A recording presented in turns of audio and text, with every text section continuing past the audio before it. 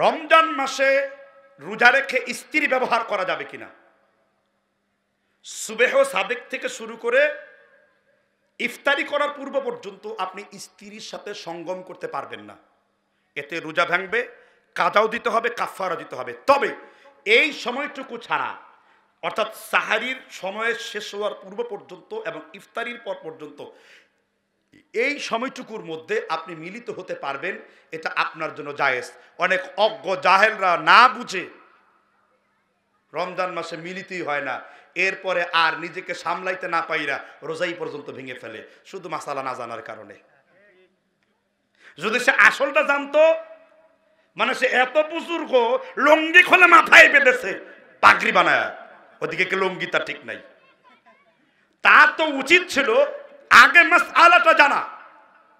নবী সাল্লাল্লাহু আলাইহি ওয়াসাল্লাম এখন আসেন যে ঠিক আছে বুঝলাম সহবাসের সীমানা, তো রোজা অবস্থায় কি স্ত্রীকে স্পর্শ করতে পারবে? বুখারী মুসলিম বিভিন্ন বিভিন্ন শব্দে এসেছে।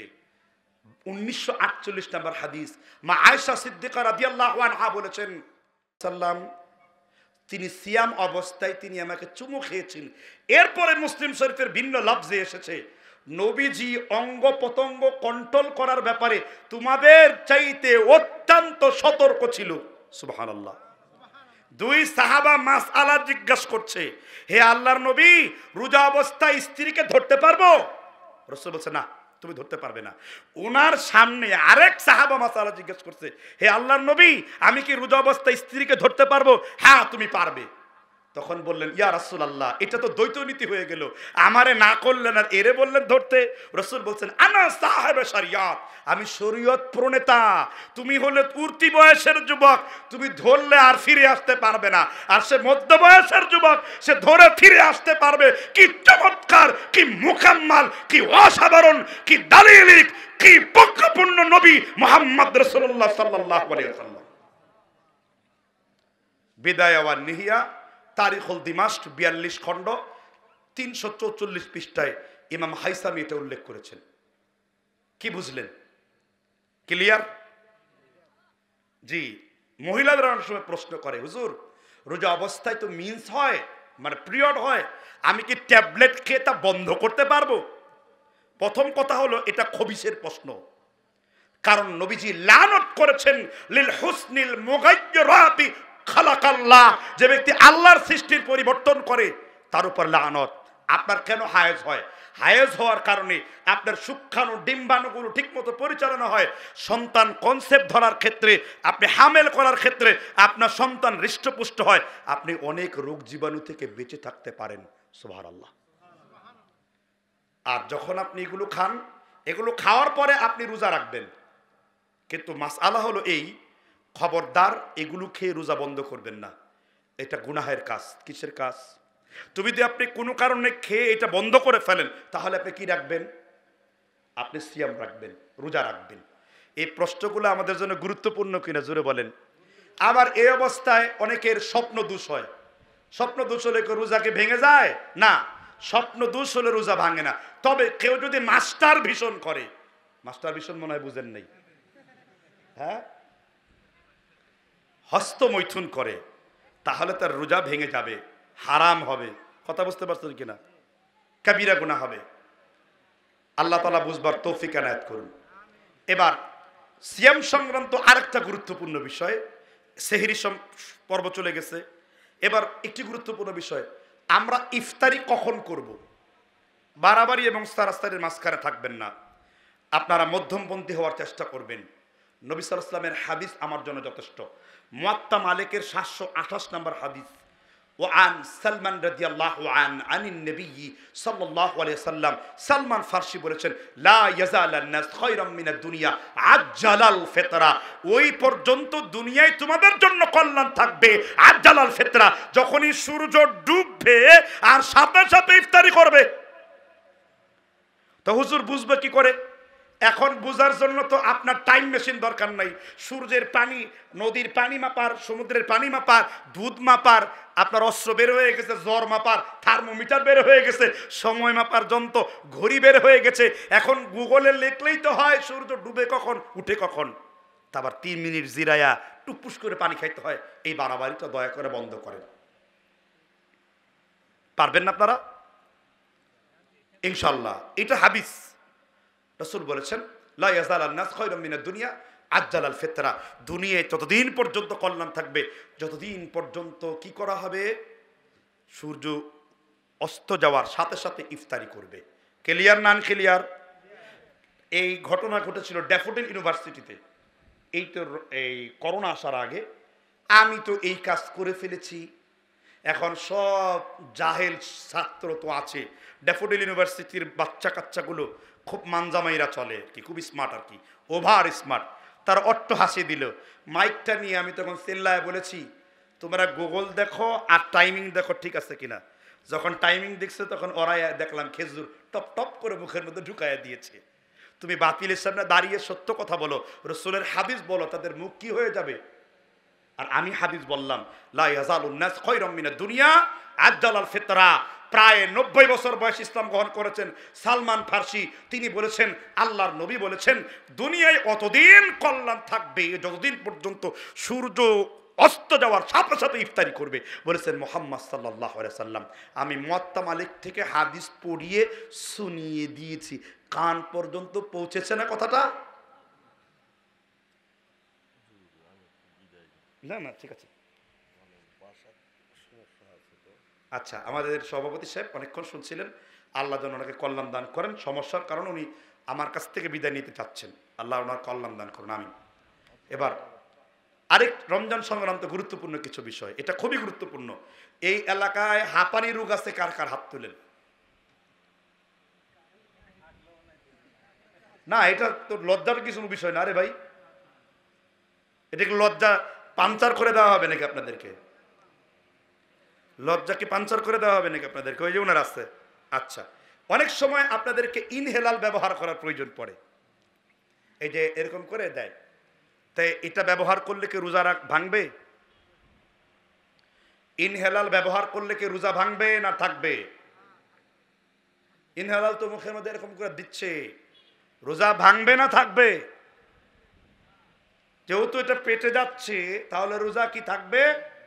এই যে অর্ধেক উত্তর, মানে যেহেতু আমি একটু সাই সাই বলছি না, মাসালা হলো এই, লাজনাত দায়েমার ফতোয়া হলো এই, আপনার কোনো কিছু পেটে গেলে ইচ্ছাকৃতভাবে রোজা ভাঙবে, কিন্তু ইনহেলালের যে জিনিস এটা লাংসের মধ্যে প্রবেশ করে, যেহেতু এটা তার লাংসের অসুখ, এই জন্য আধুনিক ফুকাহাগণ বলেছেন রোজা রাখা অবস্থায় ইনহেলাল ব্যবহার করা যাবে, এতে রোজার কোনো ক্ষতি হবে না। কিন্তু এইটুকু বাহানা দিয়ে অনেক হাঁপানির বুড়োরা রোজা রাখা ছেড়ে দিয়েছে, কিন্তু আল্লাহ ছাড়েন নাই আপনারে, রোজা আপনাকে ছাড়েনি, আপনি রোজাকে ছেড়ে দিয়েছেন। কথা মনে হয় বুঝেননি আপনারা। আরো কিছু গুরুত্বপূর্ণ বিষয় এর সাথে অ্যাড করা যেতে পারে, যে রোজা অবস্থায় কি রক্ত দিলে আমার রোজা ভাঙবে কিনা, রক্ত বের হলে রোজা ভাঙবে? কয় দলিল কি? বুখারী মুসলিমের হাদিস, আল্লাহর নবী মুহাম্মদ রাসূলুল্লাহ সাল্লাল্লাহু আলাইহি ওয়াসাল্লাম তিনি বলেছেন, আমি আল্লাহর নবীকে দেখেছি রমজানুল মুবারক মাসে তিনি হিজামা গ্রহণ করেছেন। অনেকেই বুঝে নাই হিজামা আবার কাকে বলে। হিজামা আরবি শব্দ, এর অর্থ হলো আল্লাহর নবী প্রতি 4 মাসের অন্তত মাসে একবার তিনি হিজামা গ্রহণ করতেন। আল্লাহর নবী বলেছেন হিজামা হলো আসমানের চিকিৎসা। পৃথিবীতে কোনো জিনিস মৃত্যুকে যদি অতিক্রম করতে পারত তার নাম হলো হিজামা। হিজামার বাংলা হলো সিঙ্গা লাগানো।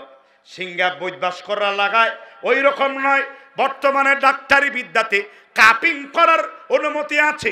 শরীরের বিভিন্ন জায়গায় কাপ বসিয়ে বসিয়ে শরীরের দূষিত রক্ত, এটাকে বলা হয় টক্সিন। রাসূলুল্লাহ সাল্লাল্লাহু আলাইহি সাল্লাম রমজান মাসে বিষ, বেদনা, জাদু টোনা, বিভিন্ন ক্ষতি থেকে বাঁচার জন্য আল্লাহর নবী শরীরের বিভিন্ন জায়গায় হিজামা করে রক্তগুলো প্রবাহিত করেছেন, দমগুলো প্রবাহিত করেছেন। নবীর যদি রক্ত বের করে রোজা চলে, তাহলে অসুস্থ অবস্থায় মুমূর্ষু ব্যক্তিকে রক্ত দিলে কেন রোজা ভাঙবে? এই জন্য আপনি রোজা অবস্থাতে রক্ত দিতে পারবেন, রক্ত প্রয়োজনে বের করতেও পারবেন। আল্লাহর নবী হিজামা করেছেন, আর হিজামা কখনো রক্ত প্রবাহিত ছাড়া হয় না। ক্লিয়ার? সহিহ বুখারী কিতাবুত তিব অধ্যায়ের হাদিস 5028 নাম্বার।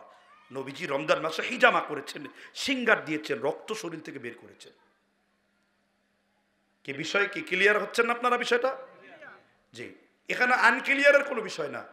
এখন সফর অবস্থায় যদি আমি যাই রোজা রাখবো কিনা? ফামান কানা মারিদান আও আলা সাফার, কেউ যদি রোজা অবস্থায়, রুগ্ন অবস্থায় থাকে এবং সফর অবস্থায় থাকে, আল্লাহ তাআলা তার জন্য রোজাকে রুখসত দিয়েছেন। অনেকেই এত বৃদ্ধ হয়ে গেছেন যে মরে যাবে অবস্থা, রাখতে পারে না। তবে রিক্সাওয়ালারা রোজা রাখতে পারে না, এইরকম ঢিলা মাসালা যিনি দিয়েছিলেন তিনি বহু ঢিলা পাটকেলকে জবানটা ঠিক করে ফেলছেন। কথা বুঝতে পারছেন কিনা? যেই তিনি এই জাহিলি ফতোয়া দিয়েছেন আর অমনি আমরা সকলেই প্রতিবাদ করছি, তিনি এবার উইথড্র করেছেন। প্রয়োজনের 11 মাস রিক্সা চালাবেন, 1 মাস রমজানের জন্য প্রস্তুতি গ্রহণ করবেন, চালাবেন না, তবুও রোজা ছাড়া যাবে না। এই নিয়ে কোনো শৈতন্যবাদী কথা শরীয়ত মেনে নেবে না। ঠিক না ঠিক জুড়ে বলেন। যদি সে না রাখতে না পারে তখন কি করবে? যদি সে মরে যায়, নবী সাল্লাল্লাহু আলাইহি ওয়াসাল্লামের সাহাবীগণ থেকে প্রমাণ আছে তার ওলি নিকট আত্মীয়রা তার বদলি রোজা রেখে দেবে। আর যদি রাখতে না পারে সাথে সাথে ফিদিয়া দিবে। ফিদিয়া, রোজার জন্য আপনার কি দিবে? ফিদিয়া দিবে। ফিদিয়া কি? আপনি যে খাবার খান, এই খাবারের মূল্য টাকা ওকে দিয়ে দিতে হবে। প্রত্যেকটা রোজা 3 বেলা খাবার, আপনি ডাল আর শুটকি দিয়ে খান ওই হিসাব না, সবচেয়ে ভালো যে খাবার খান ওই খাবার পরিমাণ টাকা আপনাকে কি দিতে হবে? ফিদিয়া দিতে হবে, গরিবকে দিয়ে দিতে হবে। এবং সমর্থবান হলে আবার রোজাগুলোকে কি করতে হবে? আদায় করতে হবে। এটা হলো আপনার না রাখার দরুন শাস্তি। আল্লাহ তাআলা আমাদেরকে রমজান মাসের এই খুঁটিনাটি বিষয়গুলোকে আরো ভালো বুঝবার তৌফিক দান করুন, বলেন আমিন। জি, এবার রমজান মাস সম্পর্কে শেষ কনক্লুশন, শেষ সমাপ্তির দিকে যাব। আপনারা অনেকক্ষণ ধরে বক্তব্যগুলো শুনছেন এবং আমি টোটাল রমজান প্যাকেজ নিয়ে আলোচনা করছি। এবার আসেন রমজানের লক্ষ্য উদ্দেশ্য কি? আপনি তো রমজান শেষ করলেন, রমজানের লক্ষ্য উদ্দেশ্য হলো আপনাকে একেবারে পুত পবিত্র করা। ও আরেকটা গুরুত্বপূর্ণ বিষয় হলো রমজান মাসে তারাবি সংক্রান্ত কিছু বিষয়। আপনাদের দেশে রমজান মাস আসলে পরে আপনারা তারাবিহ পড়েন, ঠিক না? আর তারাবি পড়ার মাঝখানে একটা দোয়া পড়েন। কি দোয়া? আপনাদের এলাকায় কেউ পড়ে এই দোয়াটা? 2 রাকাতের ফাঁকে ফাঁকে একটা দোয়া পড়ে। কি দোয়া? সুবহানাল্লাহি দিলকুল মুল্লাদি কি যেন একটা আছে, ভুলেও গেছে না পড়তে পড়তে। খোদ আশরাফ আলী থানভী বেহেশতি জৌহরি লিখেছেন, এটা একেবারে বানোয়াট হাদিস। কে বলছেন? মাওলানা আশরাফ আলী থানভী বেহেশতি জৌহরি। রোজার মাসআলা পড়ে নেবেন। তাহলে আমরা হুজুর কি পড়ব? তারাবিহ শব্দের অর্থ হলো রাহাত থেকে এসেছে। রাহাতুন আর রাহ তারাবিহুন মানে হলো বারবার বিশ্রাম করার নামাজকে কি বলা হয়? তারাবিহ বলা হয়। কথা বুঝতে পারছেন কিনা? আর তাহাজ্জুদ কাকে বলে? আস-সাহরে বাদা নাওমিহি। ইবনে হাজার ফাতহুল বারি 2য় খণ্ড 280 পৃষ্ঠা। ঘুম থেকে জেগে ওঠার নামাজকে বলা হয় তাহাজ্জুদ। তাহলে তারাবি রমজান মাসে কিভাবে পড়ছেন? আমি বলিনি, মা আয়েশা বলেছেন। বুখারীর 1270 নম্বর হাদিস, খারাজা লাইলাতান, রাতের বেলায় নবীজি বের হলেন, মিন জাওফিল লাইল, এটা ছিল রাতের মধ্যকাংশে। নবীজি প্রথম দিন তারাবি পড়লেন, দ্বিতীয় দিন পড়লেন, আরো লোক হলো, তৃতীয় দিন এত লোক হলো, চতুর্থ দিন জাগাই দেওয়া যাচ্ছে না। নবীজি 3 দিন পড়ার পরে চতুর্থ দিন পড়েননি। ফজর নামাজ পড়ে মুসল্লিদের দিকে, সাহাবীদের দিকে ঘুরিয়ে বললেন, ওয়ালাকিন খাশিতু তুফতারাদা আলাইকুম ফাতাজিসু আনহা, আজকে যদি আমি তারাবি পড়িয়া লই তাহলে তোমাদের জন্য ফরজ হইয়া যাইবে, তাই আমি আজকে তারাবি কি করেছি? পড়িনি। কি হয়ে যাওয়ার আশঙ্কায়? এখন প্রশ্ন করতে পারেন, আল্লাহর নবী কয় রাকাত পড়েছেন? আল্লাহর নবী মুহাম্মদ রাসূলুল্লাহর স্ত্রী আম্মা জান আয়েশা সিদ্দিকাকে প্রশ্ন করেছেন, আল্লাহর নবী কত রাকাত পড়েছেন? মা আয়েশা বলেন, মা কানা ইয়াজিদু ফি রমাদান ওয়ালা ফি গায়রিহি আলা 11 রাকাআ। আল্লাহর নবী রমজান এবং রমজানের বাইরে তিনি কখনো 11 রাকাতের বেশি পড়তেন না। এখন এক ভাইরা বলল, হুজুর আপনি যে বুখারী শরীফের এই হাদিস দিয়ে দলিল দিয়েছেন, এটা তারাবির হাদিস নয়, এটা তাহাজ্জুদের হাদিস। এখন এই নিয়ে যদি মত পার্থক্য করতে যাই, আমাকে 2 ঘন্টার সময় দেওয়া লাগবে। আমি 89 জন মুহাদ্দিসের পক্ষে বিপক্ষে প্রত্যেক মুহাদ্দিসের দলিল ইস্তেমবাদ করে এই মাসআলা ইস্তেদলাল করব। তাহলে আল্লাহর নবীর তারাবি কত ছিল? আল্লামা বদরুদ্দিন আইনি রহমতুল্লাহ আলাইহি বলেছেন, আল্লাহর নবীর তারাবির রাকাতের অবস্থা দেখলে বোঝা যায় 8 রাকাআ।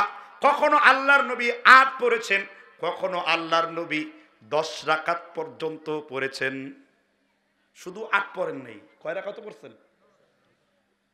হাদিস আছে তিরমিজিতে 10 আর 3 13 রাকাত পর্যন্ত পড়েছেন।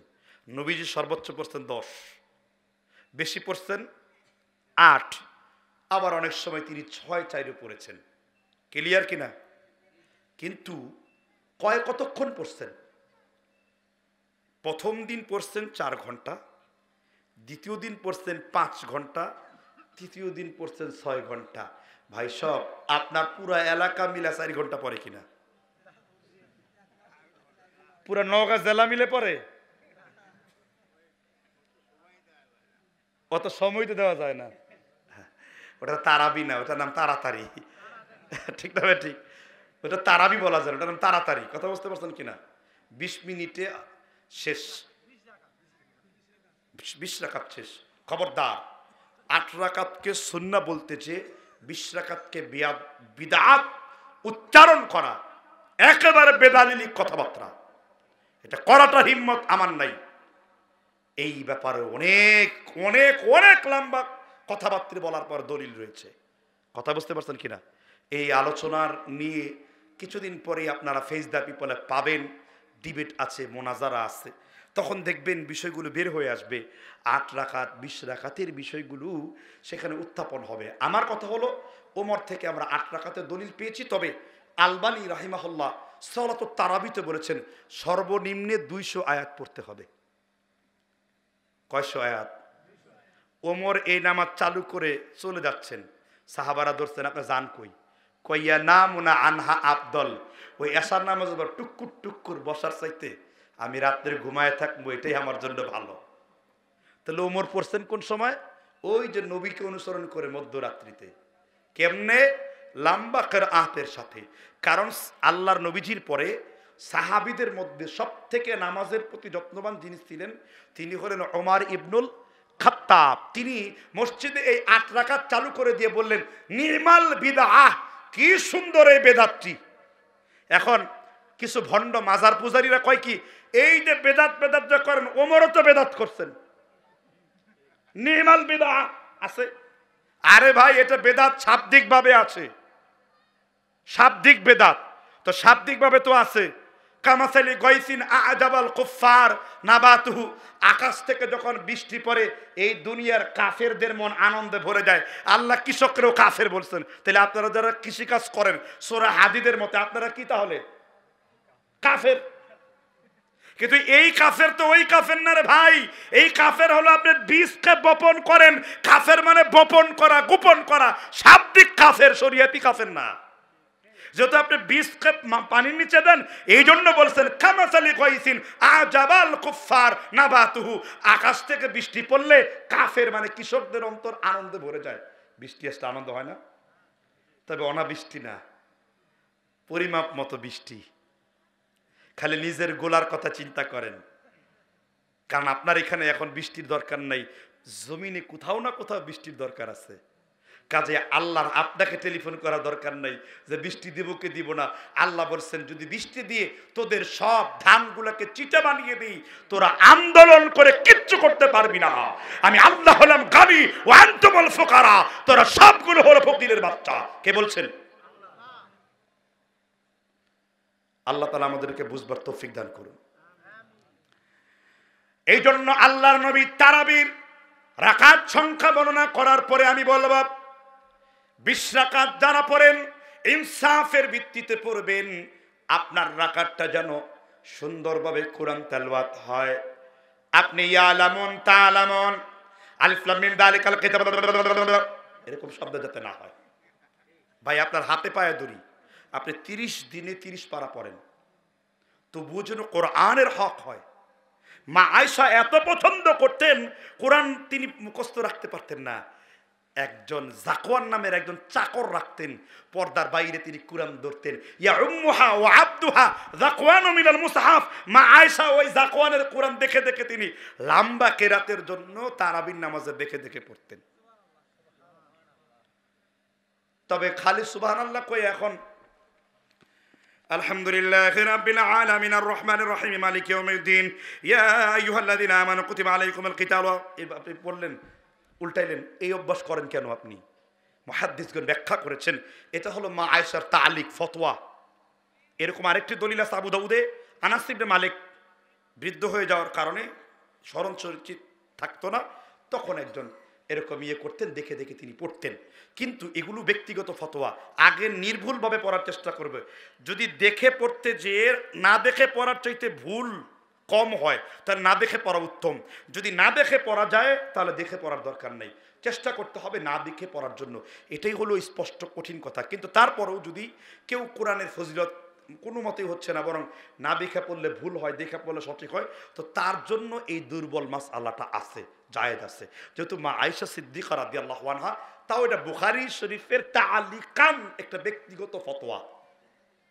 এ তালিক বুঝবেন না, এগুলো আবার উসুল বা উলুমুল হাদিসের কায়দা কানুন, এগুলো বুঝাইতে গেলে অনেক কঠিন। কথা বুঝতে পারছেন কিনা? তো এটা যে আলহামদুলিল্লাহ আপনারা প্রথম থেকে শেষ পর্যন্ত কথাগুলো শুনছেন, কি জন্য শুনছেন তা কি জানেন? শুনছেন এই জন্য যে আপনাদের দেশের লোকেরা রমজান সম্পর্কে মাহফিলগুলোতে তো রোজাই পড়ে না, মাহফিলে কি আলোচনা করবে?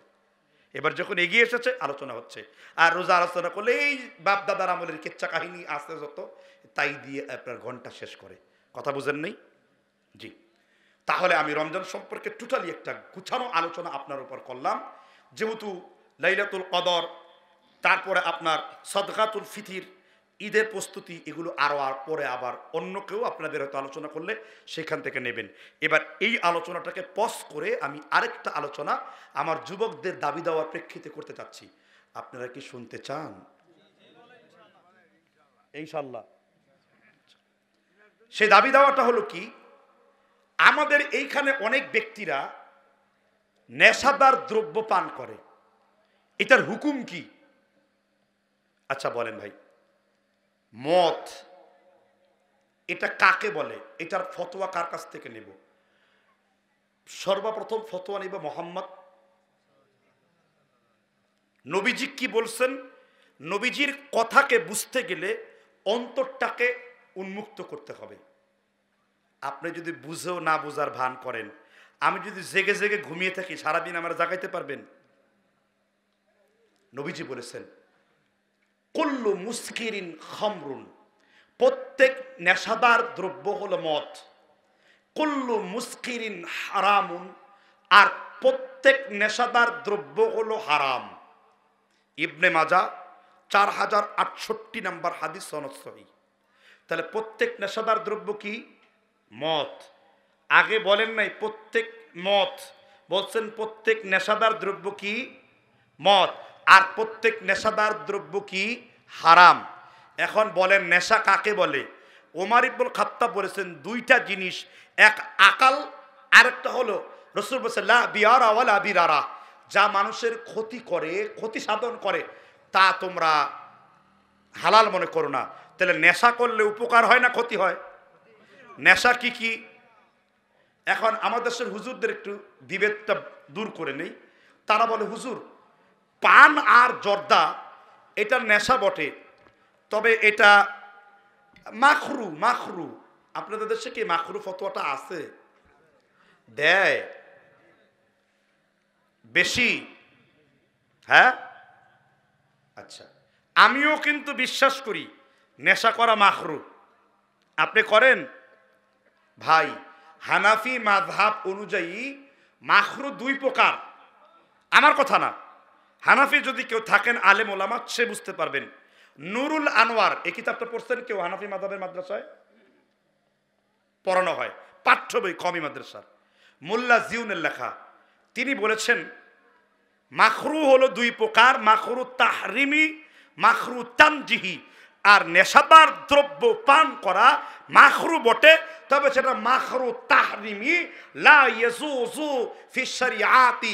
মাখরু তাহরিমি করা শরিয়াতের জন্য জায়েজ নেই। দুইবার মাখরু তাহরিমি করলে একটা কবিরা গুনাহ হয়। তাহলে দুইবার জর্দা খাইলে একটা কি গুনাহ হয়? এবার দ্বিতীয় দলিল, আল্লামা হানাফি মাযহাবের বর্তমান পৃথিবীতে সবথেকে বড় আলেমের নাম কি? কেউ বলতে পারেন? আল্লামা তাকি উসমানী। কি বলছি? আমি কিন্তু এখনো আসল জায়গায় যাই নাই। আমি 360 ডিগ্রি অ্যাঙ্গেলে একটা হাদিস বলবো। 660 ডিগ্রি অ্যাঙ্গেল। আর এই হাদিস বলার পরে আপনার পা থেকে চান্দি পর্যন্ত যত সেরা উপসেরা আছে টকবক করে রক্ত মাথায় জমে যাবে। আমি এখনো সেটা বলিনি, বলবো। হজম করতে পারবেন কিনা এটা আপনার ব্যাপার, আপনি মানলি কি আর না মানলি কি। আপনার এলাকায় ওয়াজে দাওয়াতের জন্য আমি আসিনি, আপনার এখানে তাবলিগ করার জন্য এসেছি, দিন প্রচারের জন্য এসেছি। ওয়াজ আমাদের মেলা হয়, হাজার হাজার হয়। কথা কি বুঝতে পারছেন কিনা? কয় হুজুর 360 ডিগ্রি অ্যাঙ্গেলের হাদিস আবার কি? একটু পূর্বেই বলেছে কুল্লু মুসখিরিন খামরুন কুল্লু মুসখিরিন হারামুন। প্রত্যেক নেশাদার দ্রব্য হলো মদ, আর প্রত্যেক নেশাদার দ্রব্য হলো হারাম। আল্লাহর নবী আবু দাউদ শরীফের মধ্যে 1348 নম্বরে আরো ক্লিয়ার করেছেন, ইন্নাল খামরা মিন আল আসিরি ওয়াস সাবি ওয়াল খিনতা ওয়াদ দুরাতি ওয়া ইন্নী আলহাকুম কুল্লু মুসকির। আল্লাহর নবী বলেছেন নেশা তৈরি হয় আঙ্গুর থেকে, জাইতুন থেকে, খেজুর থেকে, যা থেকে নেশা তৈরি করা হয় আল্লাহর নবী বলেছেন তা তোমাদের জন্য খাওয়া হলো হারাম। যা থেকে নেশা হবে। এখন যদি বলেন বাবার কথা কোরআনে নাই, জর্দার কথা কোরআনে নাই, আল্লাহ যদি রতনপুরি, হাকিমপুরি, আরো কি জর্দা জানি আছে, সব জর্দার নাম একত্রিত করে কোরআনে দিতেন, 70টা ওটের পিঠের মতন এত বড় পাণ্ডুলিপি কোরআনের করা লাগতো। জর্দার বয়ান দিতে দিতেই কোরআনের সব আয়াত শেষ হয়ে যেত। আল্লাহ শুধু ইঙ্গিতে কথা বলেন। প্রত্যেক নেশাদার দ্রব্য কি? হারাম। তাহলে নেশা কি কি? বাংলা মদ নেশা, গুল নেশা, সিগারেট নেশা, জর্দা নেশা। দ্বিতীয় পয়েন্ট, হারাম হওয়ার জন্য একজন মুমিনকে যদি আপনি মুখ দিয়ে কষ্ট দেন, হাত দিয়ে কষ্ট দেন, এটা হালাল না হারাম? এটাকে আল্লাহর হক না বান্দার হক? মুসলিম শরীফে বলেছেন, আদাবুল মুফরাদ ইমাম বুখারী 1022 নম্বরে বলেছেন, আল্লাহর নবী বলেছেন ওই ব্যক্তি প্রকৃত মুমিন, ওই ব্যক্তি প্রকৃত মুসলমান নয় যেই ব্যক্তি তার হাত এবং জবান দ্বারা, মুমিন মুসলিমিন, তোমাদের মধ্যে ওই ব্যক্তি মুমিন নয় যার হাত এবং জবান দ্বারা আরেকজন ব্যক্তি নিরাপদে না থাকে। তাহলে আপনি জর্দা খেয়ে আমারে কষ্ট দেন, আপনি সিগারেট খেয়ে ধোঁয়া দিয়ে আমার ভিতরে আপনি ক্যান্সারের জীবাণু ঢুকিয়ে দেন, আমার নিদারুণ কষ্ট দেন। যা খায় না শিয়াল বিড়াল শুয়োরে, তা খায় আমার মসজিদের বাবা হুজুরে। যা খায় না শিয়াল বিড়াল শুকরে, তা খায় আমার মসজিদের বড় হুজুরে। ঠিক কিনা? ঠিক না? কি বুঝলেন? আপনি জর্দা পাতা কুকুররে দেন খায় না, আপনি গরুরে দেন খায় না। আপনাদের পাশের সাবেক বিভাগ ছিল রংপুর, আপনাদের প্রতিবেশী বিভাগ রংপুর, ঠিক কিনা বলেন? রংপুর বিভাগের বেদগাছি এলাকায় গেলাম, দেখলাম মাইলকে মাল বিভিন্ন গাছ। আমি বললাম এখানে বেড়া নাই কেন? কয় হুজুর গরুও খায় না, ছাগল সুখেও না। কে? কয় এটা হলো তামাক চাষের গাছ, তামাকে কোনো বেড়া লাগে না, কোনো কীটপতঙ্গ সহজে ধরে না, কারণ খাইবো আর পটল তুলে জন্মের মতন মরবো। তো সেটা গরু ছাগল বেড়ায় খায় না, আপনি কুটকুট করে আবার গুল খায়, দাঁত শিশির করে মাইরে নেয় বাপু, দেয় গুল ছাইরা দেয়। গুলের লবাদ দেন, লবাদ দিলে কি থাকে? গুলের ল কেটে দিলে কি থাকে? সেটা গু। কালারটা কিসের মতো? গুয়েরই মতো। এবার খান বসে বসে নাকি? এবার আমি 360 ডিগ্রি অ্যাঙ্গেলের হাদিস বলছি। কেউ যদি স্বইচ্ছায় সজ্ঞানে জর্দা, সাদা পাতা, গুল, বিড়ি, সিগারেট, হোক্কা যে কোনো নেশা পান করে, বলেছেন এখানে যদি বাংলা হাদিসের অ্যাপসটা কারো কাছে থাকে, আছে একটা বাই করবেন, এখন এই মুহূর্তে বের করবেন, আমি দেখিয়ে পড়ে শুনে ধরে দেখিয়ে দিয়ে যাব, যাতে আমার প্রতি কোনো রিপোর্ট আপনারা দিতে না পারেন। কি হাদিসটি? মুখস্থই বলতে পারি ওই হাদিস আমি, ডাল ভাত এগুলো আমাকে আমার জন্য বলা। নবী সাল্লাল্লাহু আলাইহি সাল্লাম বলছেন, বাংলা হাদিসের অ্যাপস, হাদিস সম্ভার কিতাবের নাম 1668 নাম্বার, মদ্যপান অধ্যায়, বাংলা দলিল। হুজুর